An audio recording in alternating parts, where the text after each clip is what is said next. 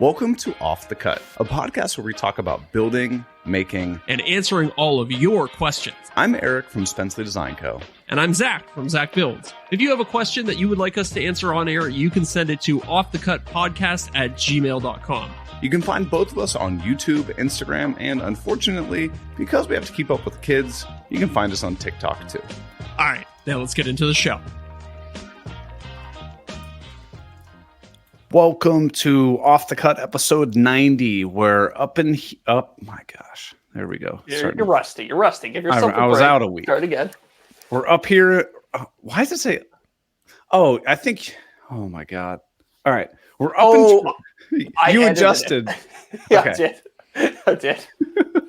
We're up in. I got to edit it. Up in Toronto and here in Ohio. Today is known as Tuesday, November 14th, 2023. And on this day in history, the Green Sears podcast, the worst woodworking podcast in our space, available on Apple and Spotify, stole $5,000 worth of Ryobi tools from a local Home Depot in an attempt to resell them on Craigslist, in an attempt to actually have something interesting to talk about. But you know who doesn't have to rely on theft to get great tools out to the community?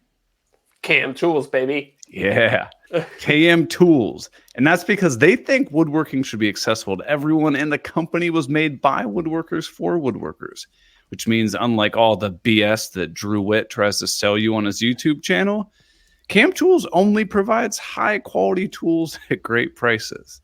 Wait, hold on. This can't be right. Zach, do you see this email from Jonathan? No, I don't think so. Did it just come in? Mr. Katz Moses of KM Tools just came in hot off the press. They're having the biggest sale of all time. Yeah, hold up. Unlike all those greedy corporate bastards that only run a one-day sale, he is running a week-long Black Friday sale from Monday, November 20th to Monday, November 27th. He's going to put himself right out of business. Yeah, he's got something in the works, I'm telling you. So he's going to have tools like dovetail jigs, dado blade sets, table saw blades, router bits, hand tools, sandpapers, and if I'm correct, stop blocks, which I don't think have ever been on sale, are up to 75% off. Damn, his stop blocks are like very reasonably priced already, aren't they? Yeah. Right. I don't want to speak out of turn, but they're not. I don't want to say a price in case I'm wrong, but I remember looking at KM Tools and being, oh, that stop block is surprisingly affordable. Right. So if that's not good enough, Jonathan's running a tool giveaway where anyone who shops from kmtools.com during the sale gets a chance to win one of 3 epic prizes. And I don't want to ruin his surprise. So go to kmtools.com for more details and score some epic tools at epic discounts. How much do you think the new router plane is going to be once the sale hits? Oh. Well, I hate to tell you, I already looked. It's on his website right now. It's like $200 and something, which is not bad. Yeah. I actually gave it to Miranda. I told her nothing about it. I go, open this box and check it out and tell me what you think this thing is worth. She's like, I don't know, like $600-700. I was like, no, it's like $225. Oh man, it just looks expensive. Just having that on your workbench makes you look like a serious woodworker. Right, and it's got the name Pro in it. True. Yeah. Which is far from what I'd consider myself. Yeah. Does he make a hack model or a DIY amateur model? That's what we need. Yeah, that's what I need.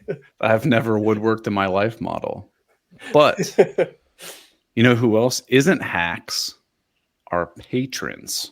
Our lovely, lovely patrons. Including our newest patron, David Perkins, which, David, I want to personally apologize because I was out last week and Zach just... Oh, yeah. Didn't do the... Actually, I should complain to Scott, he was my fill-in.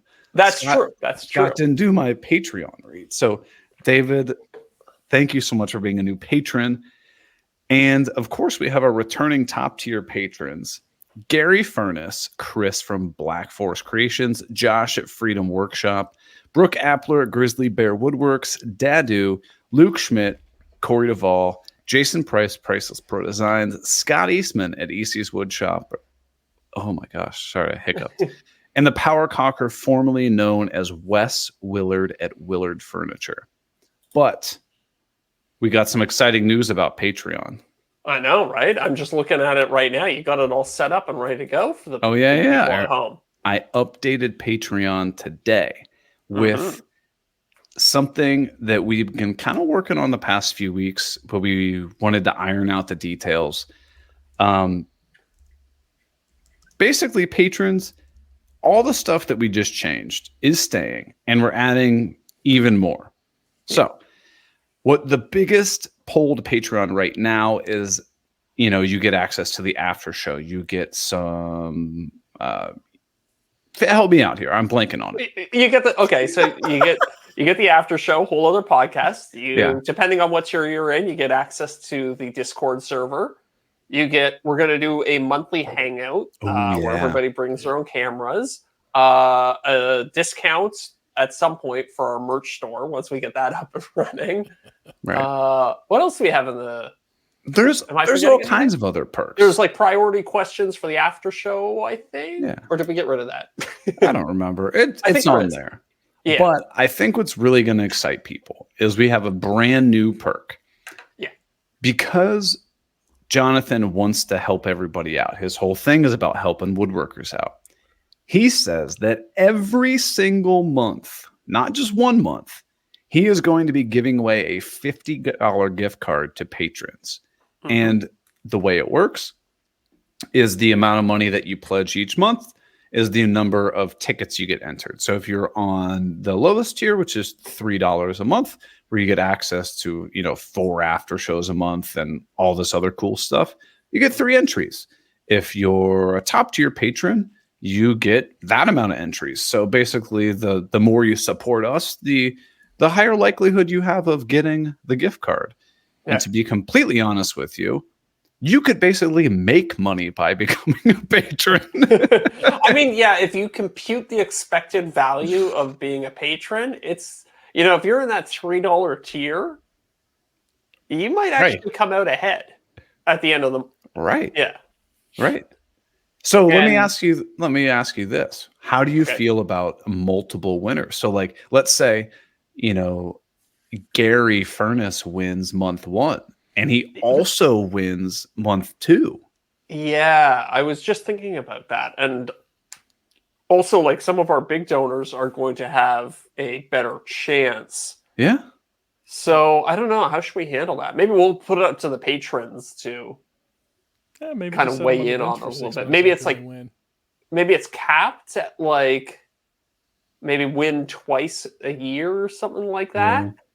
Yeah. I don't know. We can figure out that detail. I mean, Deric said like maybe you like put him on the bench for 6 months or something like that. But yeah, I don't know. We're gonna do it randomly. It's gonna be one of those random things. I mean, whoever wins.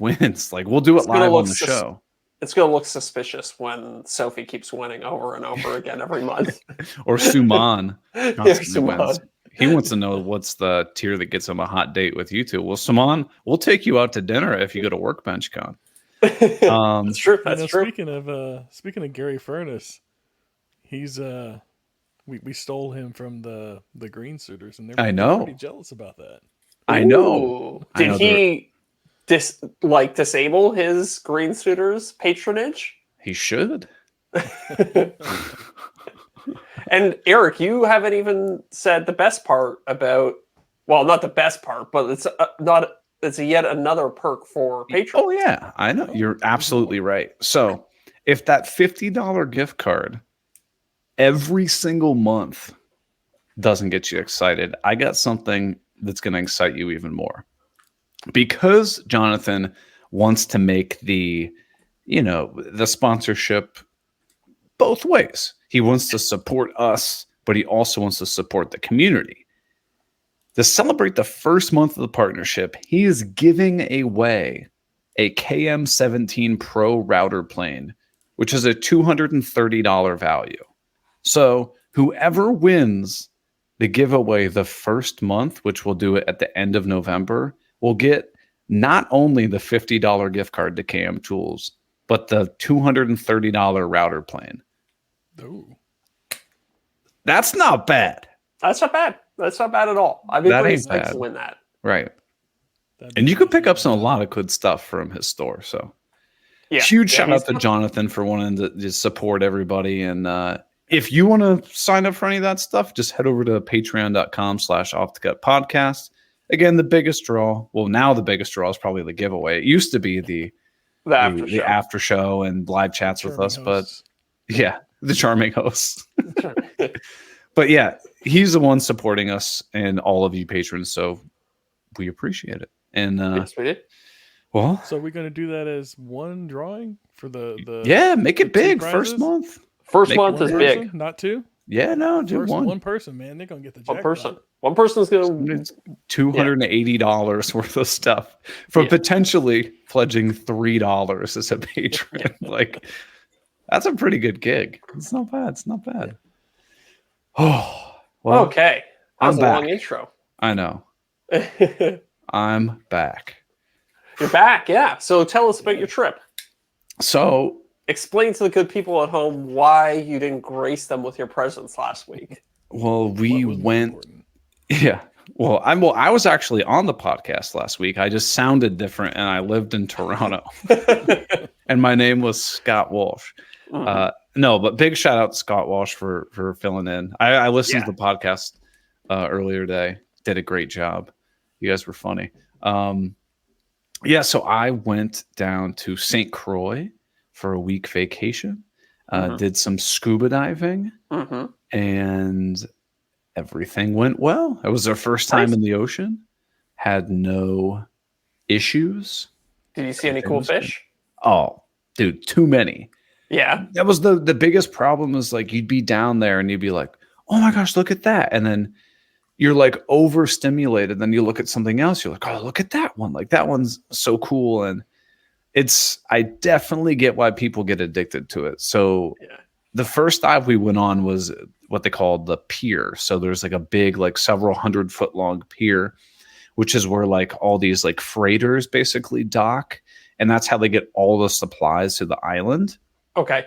So on days when the freighter isn't there, which I think it comes once a week or something like that, you can jump in the water and it's probably about 30 feet deep. And they just have these massive cement pillars that go from, the bottom of the ocean up to hold it. And around it, like all of them are just covered with ridiculous amounts of like neon coral and stuff like that. Really? Oh, cool. Yeah. But you could spend an hour just looking at one of these pillars. So we kind of like figure eight, zigzag through all of them. And then we saw an octopus, and like our dive master was like trying to like pick up the octopus and get it to like crawl up his arm and stuff. He got it about to his wrist.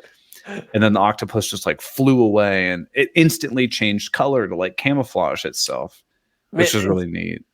If you've ever seen a chameleon change color, an octopus makes it look like like the worst camouflage in the world. Right. Octopus is so fast and it's almost instantaneous, and it like matches its surface perfectly. It's pretty crazy. Dude, it was crazy. So then we were like, okay, this octopus, like that's going to be the coolest thing we see on the dive. Then we start seeing these stingrays that are like, going over the sand. They do this thing where they kind of like flap themselves on the sand to like kick sand up, and I guess like try to kick up fish and debris and what not to eat. So that was super cool. And then we see in the distance, we see this massive turtle. I mean, this thing has got to be 36 inches in diameter. Wow. Just a behemoth. And it's there like gnawing on grass and eating. And I was probably 3 feet away from this thing. And it's crazy. Seeing turtles like that and like right in front of you is nuts. Yeah. And then we saw other turtles where like they were like hiding underneath, debris in the ocean. And it looks like they're stuck and trapped. But our dive master is like, hey, just so you know, if you see a turtle down there, it's not stuck. What they do is they like bury themselves underneath like just ocean debris, and then they like massage themselves on it. So it looks like a turtle's weird. like dancing underwater. Oh, crazy. Huh. Yeah. It was pretty nuts. And then we went on a couple other dives the next day, and it was enough for, Miranda was, very worried about going diving because of all the tooth issues that she had. But right? Yeah, true. How was she? She was good. Okay. No issues. Good. She loved it enough that she was like, you think you want to maybe go on some more dives while we're here? So that was good feedback. We ended up not. Oh, okay. How many did you do total? We did 3 total dives. That's a lot. Right. We were exhausted, especially like our first time being in the ocean, right? Yeah, you probably spent more time below the surface of the water than you did above on the island. It felt like it. We got there. We got there Saturday and we left Saturday. So we dove Monday, Tuesday, and then we did like a sailboat trip to this like other island that was maybe like an hour away. That's like uninhabited, but they have like this underwater national park. Yeah. Which was pretty neat. But awesome. Snorkeling in that water was rough. Like you were getting thrown around. They required everybody to wear a life jacket. We're like, this is silly. But as soon as we got in the water, we're like, okay, no, makes sense. I get it. But that was neat because when we came back from that, the sailboat docked at this like private beach, and we walked like this little path into the trees, and it opened up, and they had this whole like barbecue thing set up for us. So they like cooked us food, and they had like cocktails and stuff like that, and it was a lot of fun. So if anybody ever goes to St. Croix, the Buck Island trip, is really cool. It was a lot of fun. I did something similar when I was in St. Martin. All these islands, they always have like little day trip fun day trips you can do. You get on a boat, they take you to another island, and it's like you just get there, and it's it's a big party on the other side or something like that. Makes me really envious of the people who live on these islands. Yeah, I know. Seems like a great lifestyle. Did you say it was your first time in the ocean? First time scuba diving in the ocean. Scuba diving, okay. I should say, yeah. No, I've like jumped in the ocean, like rode the waves and stuff, but I've only scuba dived in a pool and then a quarry in Ohio, which isn't super thrilling. But apparently it's like the best quarry in the US, which makes me question all the other quarries. I hear the quarries are good for diving when you're landlocked. Yeah. Oh, interesting. So I just looked up St. Croix. Yeah. St. Croix is a U.S. Virgin Island. So was it technically you don't need a passport to go there? Correct. That's why we went, because Manny doesn't have a passport. Okay. What about going to Puerto Rico? Do you need a passport for Puerto Rico? No, because we flew into Puerto Rico. Okay. Oh, cool. I've wanted to go to Puerto Rico for a while. I've heard it's a cool place. I think my sister went there and said that she enjoyed it, but I don't remember. It was so overall review of St. Croix. Diving was awesome. Mm-hmm. The island itself is like it's pretty big and pretty spread out.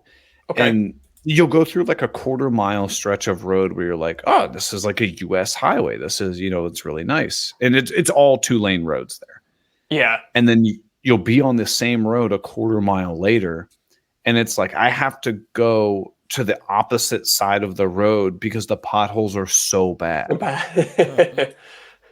It's like driving through Michigan, basically. Yeah. So it's still kind of on the developing side. Yeah. And the beaches are like very short. So it'll be like 10, 15 feet of sand and then just like hard drop off into the water. So if you're looking for like long, sprawling beaches, it's not really the place to go.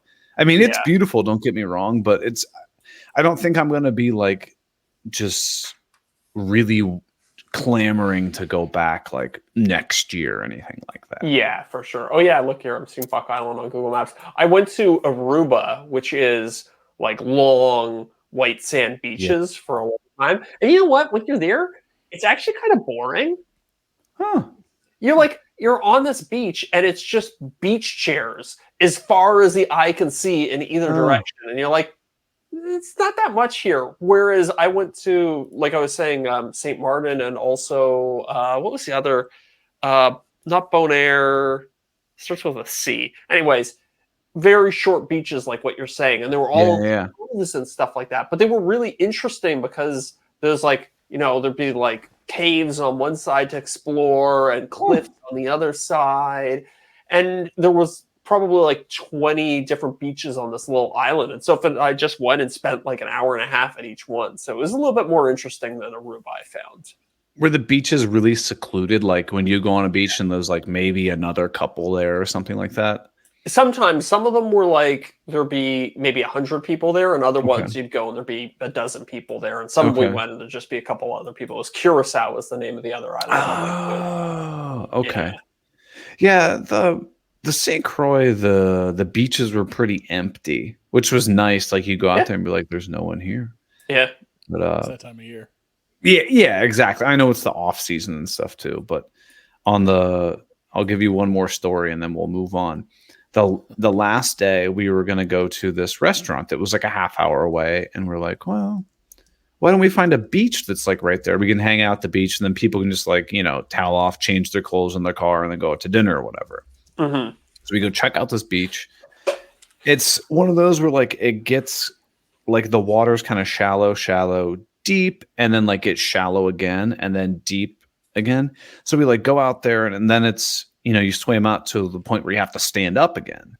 Mm-hmm. Well, the three of us had like, just kept going. We were all good. And then we kind of turned around and we noticed that one of the guys had like headed back in. We didn't really think anything of it. And then we kept swimming out a little bit. And then we saw somebody like waving to us or like some of the other people in our group waving to us at the beach. So we just waved back. I mean, yeah. Didn't think anything of it. So we were out in the ocean for a while. And then finally we come back in. And they're like, guys, Jay's hurt. And we're like, okay. We're like, what happened? And then he's like sitting on the ground, like holding his foot. And it looked like somebody took a tattoo gun and just went buzz, buzz, buzz, buzz, buzz, buzz, buzz all over his foot. He stepped in on a sea urchin. Oh, no. And we counted like 25 plus spines that went into his foot. Oh, poor dude. Oh, and dude, you can't get those out. Really? Do they have like little hooks on the end? Yeah. They're barbed. Oh, they're barbed. They have little barbs. Oh. So if you try to like get tweezers and pull them out, they just snap. Oh. So or they end up going in deeper. Well, we went and bought a bunch of vinegar. Because apparently vinegar like dissolves them or something like that. That is the last thing you would want to put on a bunch of small puncture wounds. And to make it worse, it was his birthday. Happy birthday. Yeah, so that's how we ended the trip. It was a rainy day that we're like, screw it, we're going to the beach anyway. Yeah. And next year, sea urchin. Next year you should get him a pair of water shoes as a gift. That's what we say. But during that whole time, I kind of took a break from everything. Obviously, you're on vacation. Yeah. But yeah. Our agent Mark texts me and he's like, hey, this other brand wants to do something for some YouTube videos. And I was like, yeah, sure, great, no problem. Me not really looking at it that closely. In my head, I have one lined up for November 27th, and then December 14th, and then December 27th. And I was like, okay, no problem, right? A couple of weeks in between. When I got back, one of the girls on Mark's team sent me over like the brief and like, here's what you need to do. Here's all this stuff. And I looked at it. I had signed up for 2 videos on 11/27 and one on 12/14. So I'm like, oh my gosh. And so I was like, oh God, I'm going to be busy. And I was like, is there any way we can like cancel this? And they're like, well, I mean, yeah, but this is a brand that like we've worked with for a long period of time. And like, we have such a good rapport with them. And like, they want to book multiple videos and stuff like that. They're like, you can do it, but I think it's really going to shoot you in the foot. Yeah. So what I'm going to try to do is I already sent one video out for approval this morning. I'm going to try to basically publish that video as soon as I possibly can. Mm-hmm. So like maybe I put it out on like Thursday. and then I'll put the next video out on the 27th, which gives you kind of like, like a week or so in between them. Yeah. It's a little faster than I wanted to put out, but I haven't put out a video in 3 months, so it's about time. Yeah. Oh man, it's gonna be the first one's gonna be the outdoor bench that I made out of cedar. Yeah. I think that's a pretty neat one. Yeah, me too. People find it interesting. It's got plans to go along with it. Perfect. The next one I'm gonna do is I'm gonna try my hand. Come on, media console. No, the media console's not coming out. Damn. Because I have to turn something around so quickly. Yeah, I'm gonna try one of these, like 10 tools I regret not buying earlier thing. Those videos always seem to do well. I know, and I was talking to Matt from NWA Woodworks about it. So I just texted him. I was like, "Hey, dude, congrats on the last video!" And so we kind of got talking about it, and I was like, "You know what? I'm gonna give one of these a shot. It's gonna be right Christmas, Black Friday time. True. Let's cut the BS. The entire reason that YouTubers do those videos is for affiliates. Yes. So I just got a new affiliate sign up with like the TSO products, which they have a bunch of cool stuff. What's TSO? I'm not familiar. They make some really interesting track saw stuff. Oh, okay. And they have a couple other brands on their website. But so I got hooked up with them. Interesting. I'm going to show some. I've had a lot of their tools for a while, and I love them. I didn't even know they had an affiliate program. Oh, sweet. Yeah, I don't think I've ever seen anybody else mention their affiliate program before. Yeah, so this was the first one that I literally had to do an interview. It was like an hour and a half long interview about like.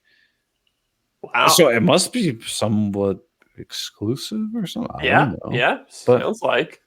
Yeah, so I'm gonna do one of those like 10 tools I wish I bought earlier videos. I mean, to be completely honest with you, it's because I need a Suman says I'm gonna do 10 tools that don't even exist yet. That would be 10 tools that I wish existed might actually be a kind of fun video. I know. I'm telling you, I want a hammer drill. And what I mean by that is a drill that you can use as a hammer. A hammer. Yeah, like a little plate on the back, right?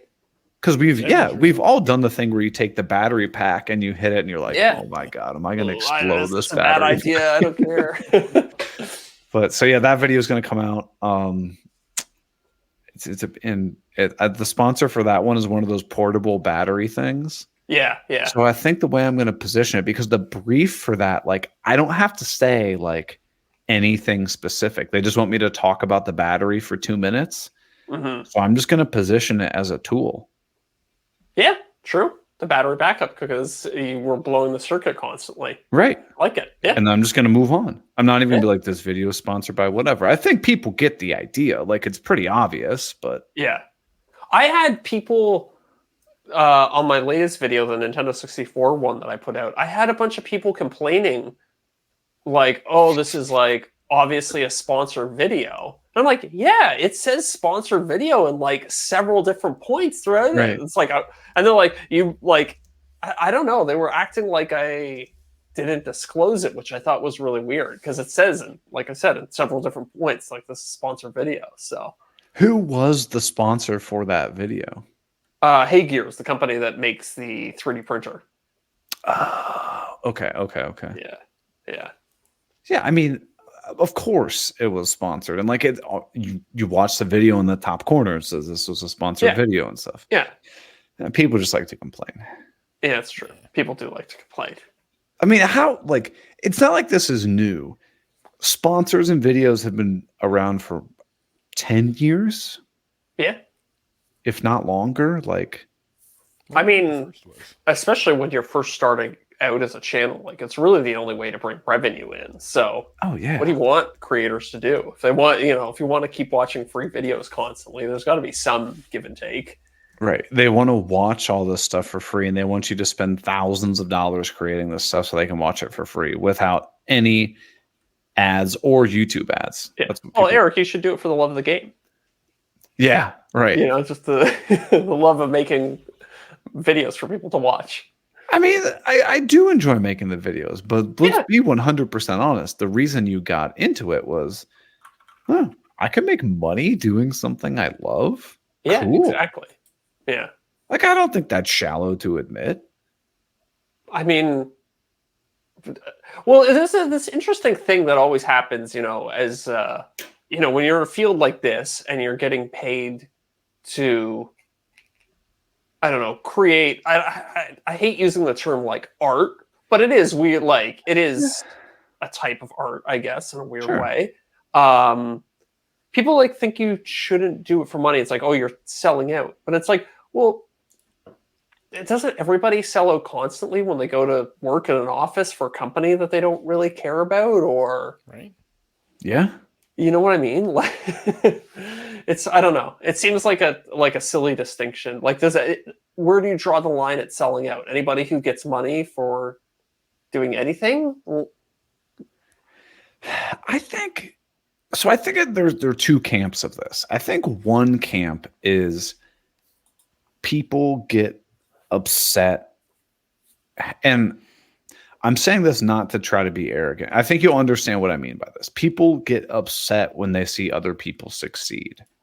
Yeah, for sure. For sure. You know what I mean? So like you see your favorite musician sign some huge record deal and you're like, oh man, they sold out. It's like, no, they're crushing it right now. Yeah. And they just signed some huge record deal. They're going to get all this extra promotion. They're going to continue on with their music career and stuff like that. But I think you also have people that kind of tangentially to that get upset because they're upset with what they're doing.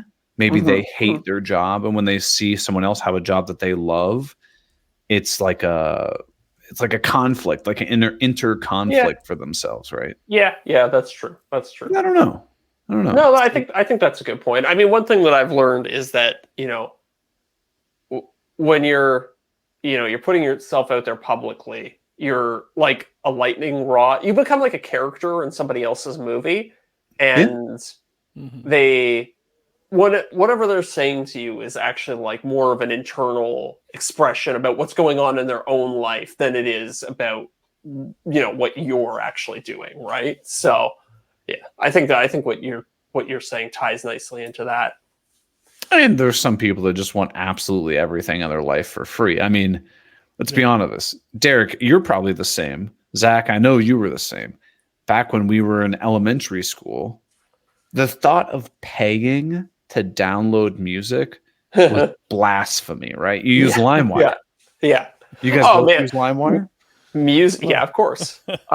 Music, video games, movies. Right. Like the idea of paying for any of that stuff was completely foreign to me until like 5 years ago. Right. Yeah. I mean, my elementary experience was a little different. Oh yeah, you didn't rip music? I was in elementary before music was rippable. There wasn't even. I don't even think you had MP3s back then.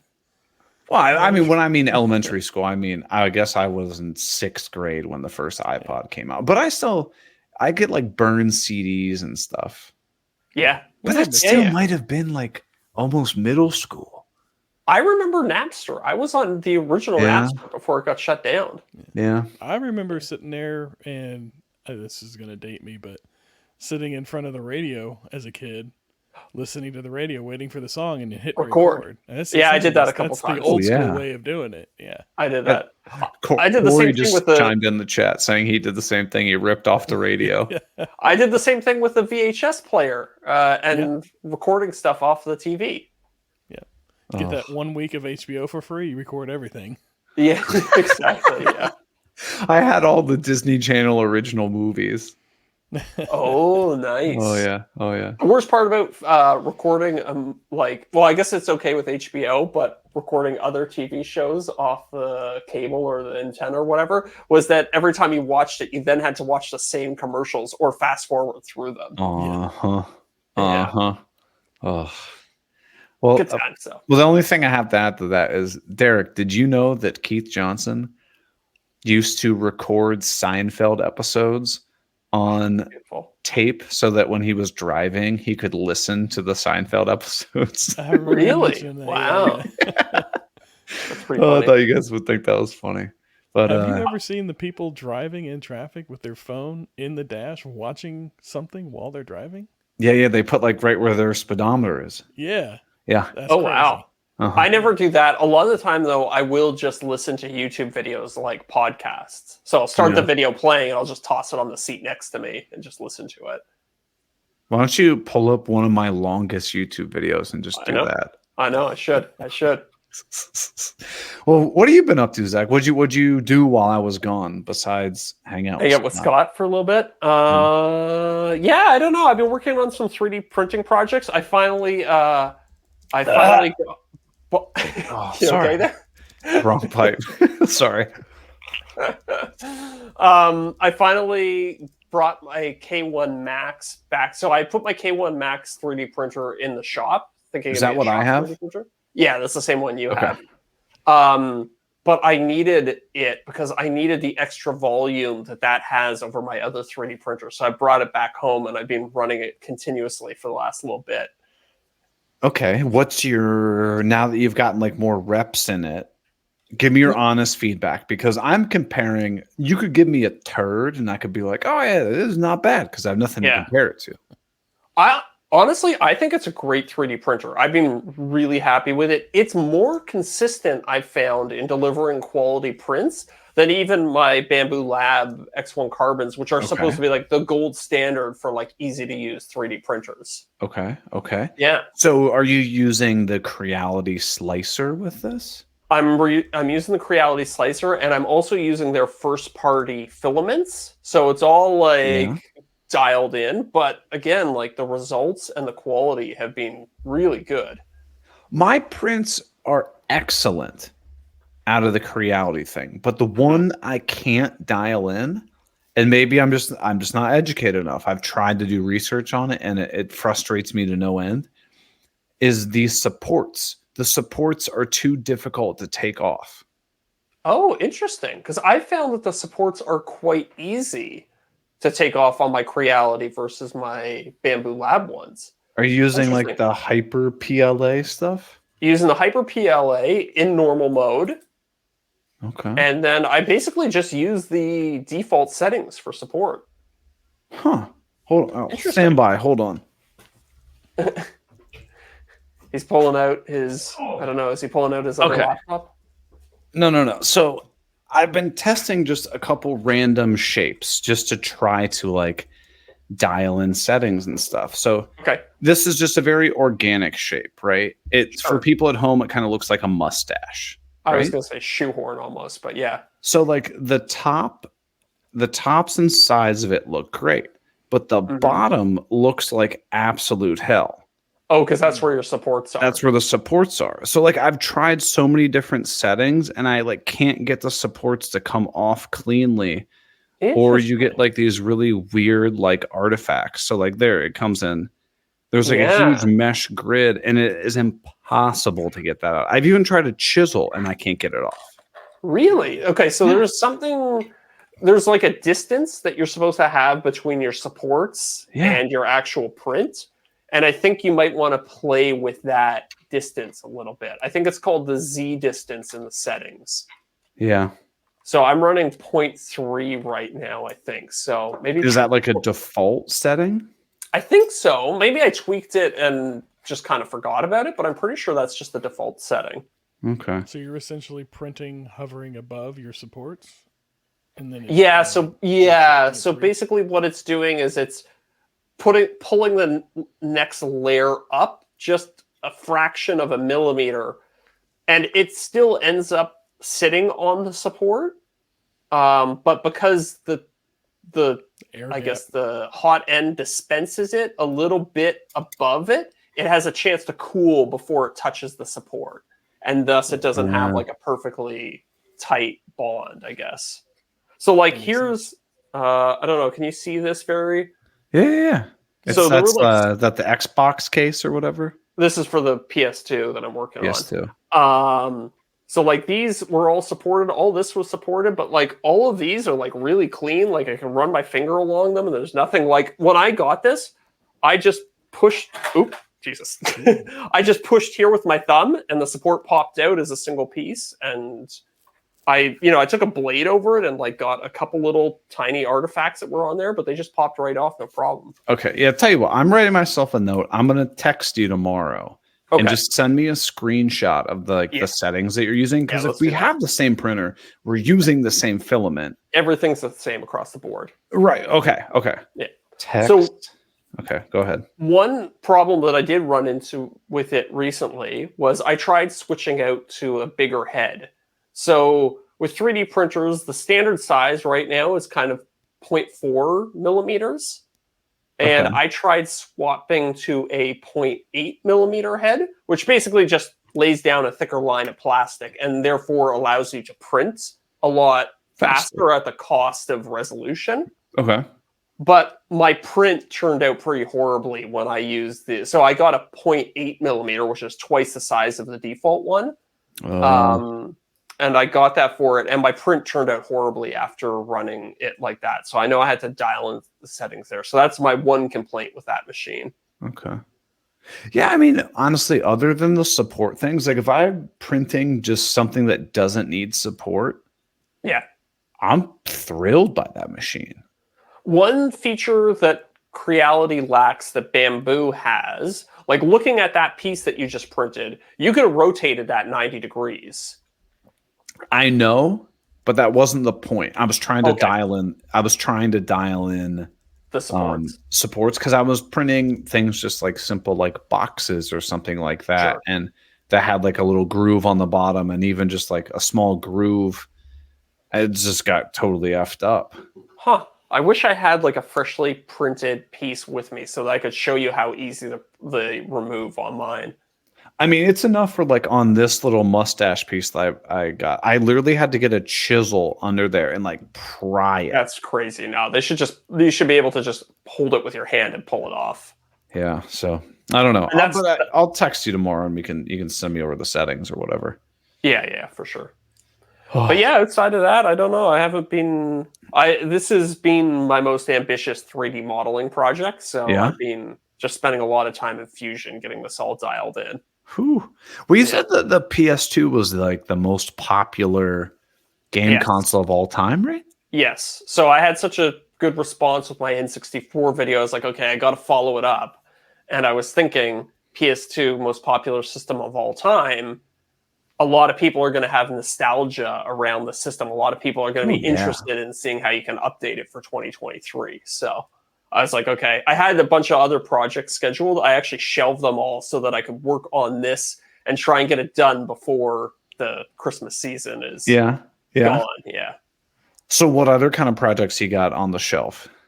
Well, I have my air quality meter. That's all done and shot. Yeah. I have my up-firing speakers. That's all. Bryson's actually working on that right now, so that might still come out. Okay. What else do I have on the go? I was going to do a custom Dreamcast, the Sega Dreamcast, but I shelved that in place of the PS2 because I was like, well, not many people bought the Dreamcast. So I don't know if that's going to be the most popular video in the world. Have you considered doing one of these videos and then giving it away? Yeah, I have actually. I think might be a weird copyright issue in there somewhere. I wouldn't be too worried about that. I'm more worried about just the fake Telegram scams that come with doing giveaways. So I'm going to do one in my like 10 tools video. Okay. And the very beginning, I'm going to say like, this is the tool, whatever. Oh, by the way, if you pay, not if you stay till the end, at some point in the video, I'm going to tell you how you can get one of these for free. And I'm going to do it at like the 65, maybe 85% of the way through the video. I'm just going to say, hey, down in the description, there's a link that says ostrich feathers. If you click on that, you can be entered to win, whatever this tool is. Yeah. And that is where you're going to hear from me. You're not going to hear from me in the comments. You're going to go to this. It's randomly drawn. So like maybe you could do something like that where you don't anywhere write like giveaway or anything. Yeah. You Well, just that's like the call thing. the link ostrich feathers. Yeah, that's not a bad idea. In my Christmas video that I did last year where I gave away all the DeWalt tools, I gave away a laser level at the end of it. And I didn't say giveaway anywhere in the description of the video. At least I don't think I did. And I only said giveaway, like I'm going to give this away to one lucky person Right. at like the 90% mark in the video. Okay. And I still got just absolutely blasted with these scammers trying to tell people they won laptops and all sorts of other stuff. You know how in like the comment section on for anybody else, as when we load videos on to YouTube, we have like a back end area. We can go into like a settings thing and like basically ban specific words. So if you want to ban like that's a good idea. Sucks or something That's like a good that. idea. Can you ban Telegram? I should. Oh, I'm gonna see if I can do it right now. Yeah, I just thought about that. Okay. Yeah, that's a really good idea. I go to YouTube Studio, which is like a back end thing. Oh, I just got accepted for thumbnail test and compare. Oh, really? Very cool. Yeah. It says thumbnail test and compare is here. You have early access to YouTube's new thumbnail testing feature. Crazy. Interesting. So I'll activate it, but honestly, I'm probably still going to use TubeBuddy. Okay. Yeah. And I hit settings, and then I think community, automated filters, blocked words. Okay. Telegram, right? Yep. Are there any other words you can think of that I should block? Giveaway. Yeah, giveaway is probably a good one. But what about if somebody says thank you for doing this giveaway? I don't care. I also have links blocked, so nobody can no one can leave a link. I think that's a good idea. Links. Telegram. Yeah. Like text me, maybe. Text me, yeah. Text me. Message me. Huh. Ooh, congratulations. Congratulations. That's a good one. Okay. Yeah. I think that's a pretty good. That should start with it. That's going to cut down on like 85% of it, I bet. But you know what's nice is like some people still email me, but because Mark's in charge of our email that's connected to like then people reach out to us. Yeah. He'll respond like instantly and be like, no, this is a YouTube scam. Like he's probably gotten that so many times. Oh, okay. Which is nice, but yeah. But yeah, so like, I don't know. I think it'd be really cool to find a way to give back one of those machines to people because let's be honest, your audience is super enthralled with all these builds, and you know that only a small percentage of these people are ever going to do this. And somebody would be thrilled to get one of those machines. Good point. It's a good point. And at the very least, you collect people's email. Yeah. And even if you don't, you're still giving back to people, and it's going to get people fired up. Yeah. Yeah, it's a good idea. So like maybe if you did it, you would take all the ROMs off of it. And then like when you mail it to them or whatever, include, hey, here's the website that I get my ROMs for legal purposes. I can't provide them to you. Yeah. You can only put the ROMs on that you physically own. Wink, wink, smiley face. Something like that. Yeah, no, that's a great idea. But if you do that, remember, don't put your address on the return address because you don't want weirdos to know where you live. Weird stalker. Yeah, true. I've definitely sent out stuff in the past. Thankfully, I've been with my return address on it. I know. I have like a BS address. It's at like a Staples. So if that's where if a lot of times even when it's basically a PO box. A lot of times even when brands want to send me something, if I'm like, I don't know if I really trust you. Yeah. I have them go to the PO box. Yeah, fair enough. I mean, I if it was, was like Nike, like I would have them send it to me. But if it's like Joe Schmo's tool company, I'm like, yeah, you get in the PO box. yeah, yeah. I was talking to Scott and Deric last week after we ended the after show, and I had a brand send me a bunch of VR headsets Really? for a potential sponsorship. It's like very early in negotiation, like have not signed Okay. a contract or anything like that. And I thought the deal was actually kind of dead in the water because the negotiations hadn't been going very well. And then they just like showed up 3 VR headsets on my front doorstep the other day. I was like, oh, okay, maybe it is going to happen. We'll see. Were you just kind of like, was it something Mark was handling and you're just kind of like Yeah, looking at the emails back and forth? exactly. Yeah. I find that so fun to be a fly on the wall and like Yes. see him do his work. Cause like Yeah. sometimes you're like, whoa, dude, like that was aggressive. Yeah. Yeah.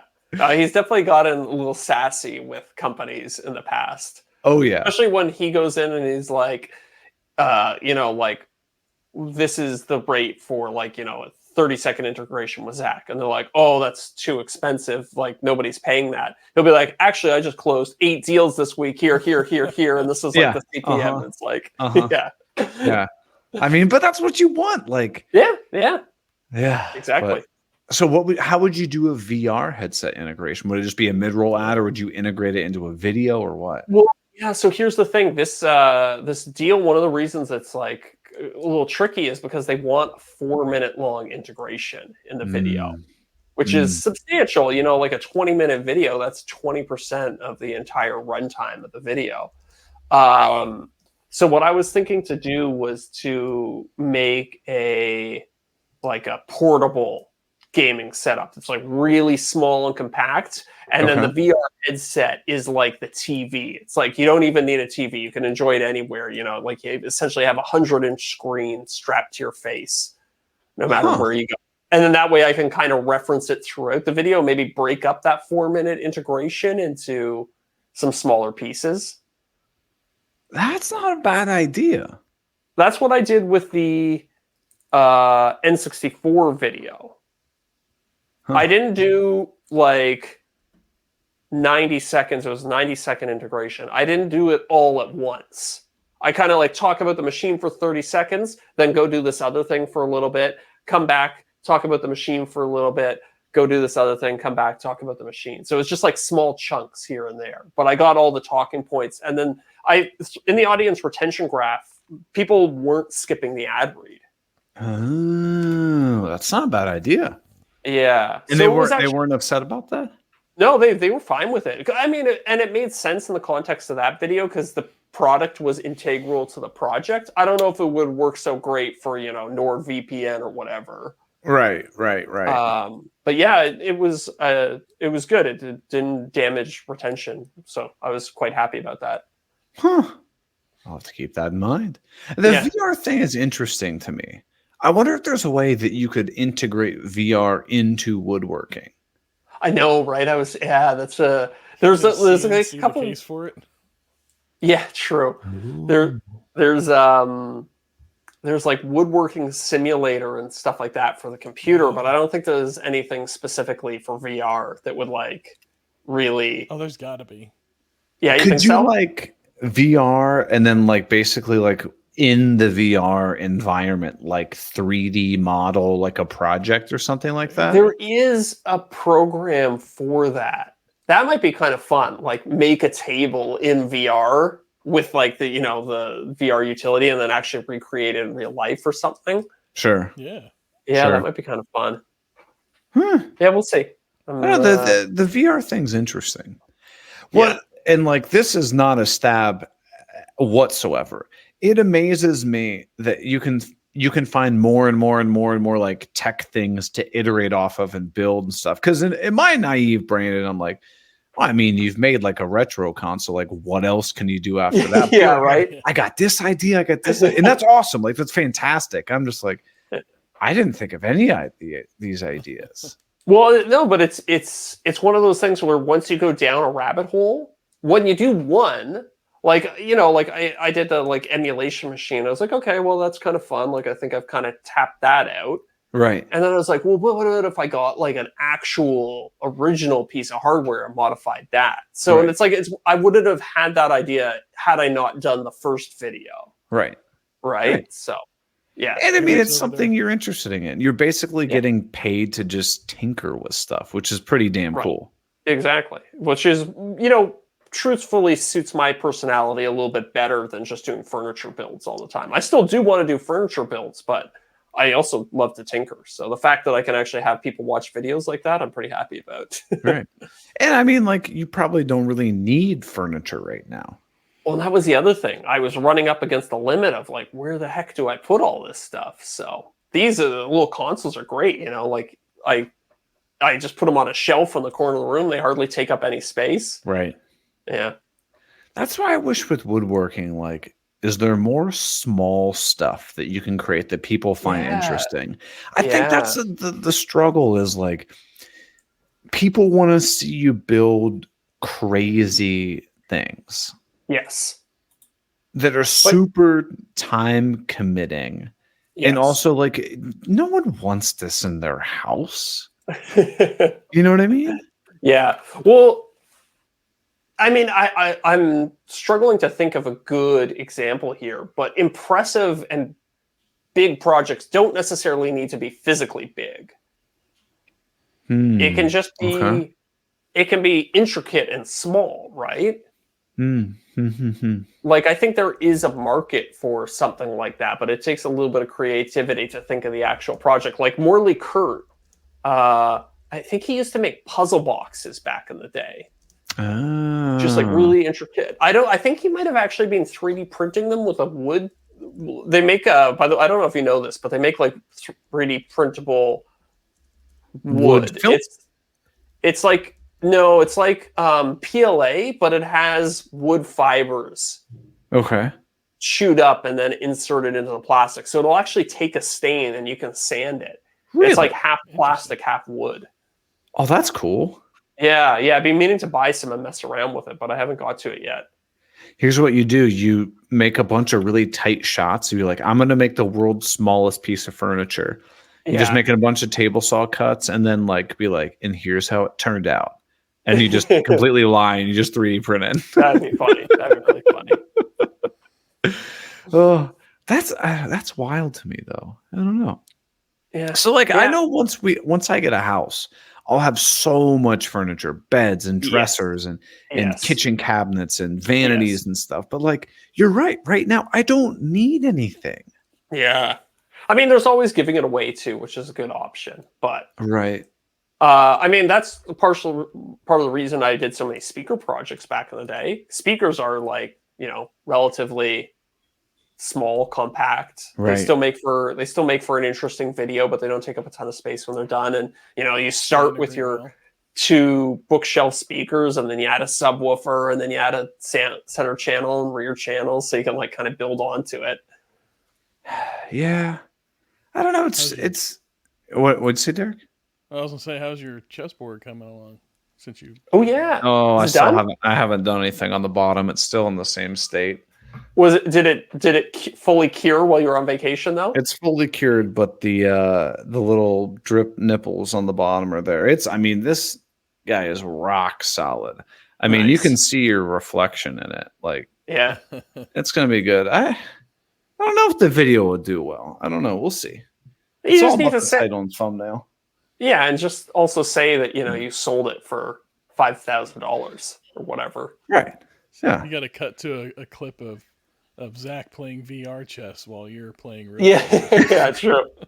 I'm definitely going to start off the video with something like, you know, a year and a half ago, I made a video that just pissed people off so much. So I decided what I'm going to do is make another video. I'm going to be like, I made this chessboard and it really pissed people off. So what I decided to do was make an even more expensive chessboard to piss people off even more. Like that's going to be something along the lines of like the video starting like that. Yeah. There was some guy, I don't know if it was in a short form version of the original video you made. Maybe it was in the long form version of it. And some guy was like, no way somebody bought this for $2,500 or whatever it was. Yeah. And I saw the comments and I was like, oh, I was the guy who bought it for $2,500. Did you really? Yeah. He was like, oh, okay, I guess I was wrong then. Oh, that's too funny. That is Yeah. too funny. Oh, I haven't looked at that in a long time. The video's doing well though. Yeah. I've got another one of my pallet wood videos is taken off again. Yeah, Wow. Good. Dude, I gotta make some pallet wood videos. Pallet wood. pallet Yeah, wood's I mean, back, there's- baby. Yeah. Uh, There's plenty of ways. You don't have to do big, giant furniture projects. There's tons of small stuff you can make out of pallet wood. I know. But then so I was thinking like while I'm doing this like 10 tools I wish I bought earlier thing, Mm-hmm. I'm like writing this down and I'm like, I don't know how people do these videos, video after video after video. I'm like, this is boring to write this. Yeah. Like it doesn't really interest me that much. Yes. I was skipping Sophie said now. to me a couple times, like, you spend so much time working on these projects. Why don't you try and do some like more simpler talking head videos? And well, part of the reason I don't do those is because one, I don't think many people would watch them. And two, they're just boring for me, which might relate back to the first reason why nobody watches them, right? If it's boring to you, then you go edit and you produce the video and like you're not really into it. So like you don't jazz it up and Yeah. I don't know. I mean, it's really low effort to make a 10 tool list video, but my biggest thing is like you and I are kind of the same person when you're like, yeah, I mean, that tool, like you could use that, but you can also do it this way. Like you don't really need it. It's like the domino. The domino is great to have, but like, can you get around it? Absolutely, you can. Of course. Yeah, we don't get weirdly religious about certain tools. Like people have like, you know, like they're religious about how much they love Milwaukee. All right. Like if you walk in and you give me all Ryobi tomorrow, I'll be like, great, cool. They get You the give job me done. all Craftsman tomorrow. I go, sure. I'll make it work, but it's gonna be a pain in the ass. Right. Yeah, but you know what I mean? Like if you give me a benchtop jointer versus a Powermatic jointer, am I gonna like the Powermatic one more? Absolutely. Yeah. But if I'm just trying to flatten some wood, is the benchtop jointer gonna work? Yeah, it'd be fine. Yeah. Yeah, I guess you're right. We just don't care that much about tools. Like for me is like, does it accomplish the job it intends to do? If so, great. Awesome. Yeah. I don't know. I mean, what else do you really want at the end of the day? Like, I don't know. I've never Get the job understood brand loyalty and No. getting like super passionate about things that don't really matter that much. No, like There's a difference between having a preference and being a fanboy. right. Exactly. Yes. Agreed. Yeah. So like, do I have a preference for Festool DeWalt in Milwaukee? Sure. Yeah. But why? Well, because I already have their battery systems. And I know that in general, they're tools that last really long. If you would come tomorrow and completely outfit my shop with 100% Ryobi or Craftsman or Black & Decker or Makita or whatever, I'd be thrilled. Yeah. Are you kidding me? It's true. I don't care what brand it is. If you gave me like their lawn mowers, their chainsaws, their snow blowers, like I'll take any brand. I don't Let's care. go. Yeah. Right? Yeah. Are you kidding me? What lawn you gonna mow? Hey, You can go hey, just start mowing random lawns. walk down the street mowing. Shit, that would, there's a YouTube channel all about mowing lawns. Yeah. Like Yeah, he goes around yeah. and he mows like random people's lawns that are overgrown and stuff, right? Yeah. I think I saw one of Chicken his like game. videos made for like, you know how people take YouTubers content, they'll put it on TikTok and split it up into a bunch of parts. I think I saw one of his videos on TikTok. Yeah. It's I don't know. There's some weird stuff out there. I mean, I get it. Watching a lawn be mowed, especially in fast forward, it's pretty satisfying. Yeah. See, that's why I almost wish I was in the business of making oddly satisfying content. But at the same time, like I don't think I would enjoy making that. No, and also like I would have a really hard time knowing what would hit big. Yeah. Knowing what other people find oddly satisfying is like that's a specific skill that I don't have. Yeah. Yeah. Yeah. I don't know. I guess mean, figure it out. I guess just during these times where I'm like, oh crap, I gotta pump out videos. I gotta do this. I gotta do this. I'm like, huh. But I guess what I'm saying is I sometimes I'll get myself in this mindset. I'm like, how much longevity is in this? But I mean, I Yeah. remember thinking that from like when I was like 5 videos in. I'm like, man, there's no way I'm going to find more videos. But then you do. And you do. But You do. then I know that once, like I said, once I get a house, like I'll be like, oh my God, there's endless content there. Yeah. But you might also get in a weird position where so I think a reason why these 10 tool video people get in that groove and they just keep making those videos Right. is because you develop an audience for them and you have an Yeah. audience that expects things. So you might do a couple home renovation videos that don't perform very well on your channel. Right. And then you're like, oh, do I do more of them or do I go back to woodworking projects or do I do more 10 tool videos? I don't know. You never know. There's always an interplay between what you want to do and what the audience will watch and trying to bridge the gap between the two. But if I ever get to the point where like I genuinely just hate all of the videos that I'm making, no, I'm not doing that because then we're getting away from the entire reason that we started doing this is to make money doing something that we love doing, right? Yeah. But what about if you're just making oodles and oodles of cash? I honestly, at that point, I would just take the cash and like hire someone else to do it for me, right? True. That's why you always see these TV presenters and stuff like that, and you always hear that they're just big jerks off air. Mm-hmm.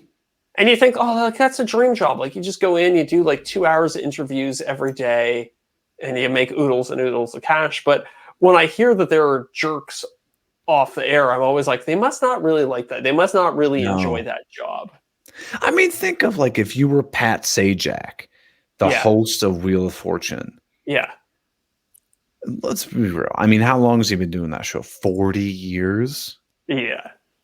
And you know that they probably record 1 day a week, but that has to be miserable. That's got to suck. To just go in and record it all over the summer. They just cram it all in. Yeah. In like 2 months, they record everything. 2 months or something like that. Yeah. 2 or 3 But months, bring that energy every day, though. That big smile and that skinny mic in front of your head. I don't know. Oh God, that would be like debilitatingly boring to do that. I think so. Well, I heard somewhere that what's his name, Alex Trebek, in his lifetime, he was a garage carpenter. So really? I wouldn't be surprised. He'd go home and hand tools. He loved hand tools. Well, that's like Jay Leno. He was like a big car guy. Like he was just constantly restoring cars when he wasn't hosting the late night show or whatever the hell it was. That makes sense. Yeah. See, I need to get another hobby. Yeah. You need to get a hobby that you don't have a YouTube channel about. I know. Yeah. Well, if you weren't landlocked, I'd say scuba diving. Scuba diving. Oh yeah, I guess you kind of did. Fucking hobby, man. That's the explicit alert if I didn't already get one. Right there. Yeah, I want to make a car YouTube channel so I can start writing off car related expenses, not because I want to make car content. Well, I know you were going to do the F-150 Lightning. You're going to do a bunch of like tech stuff around that.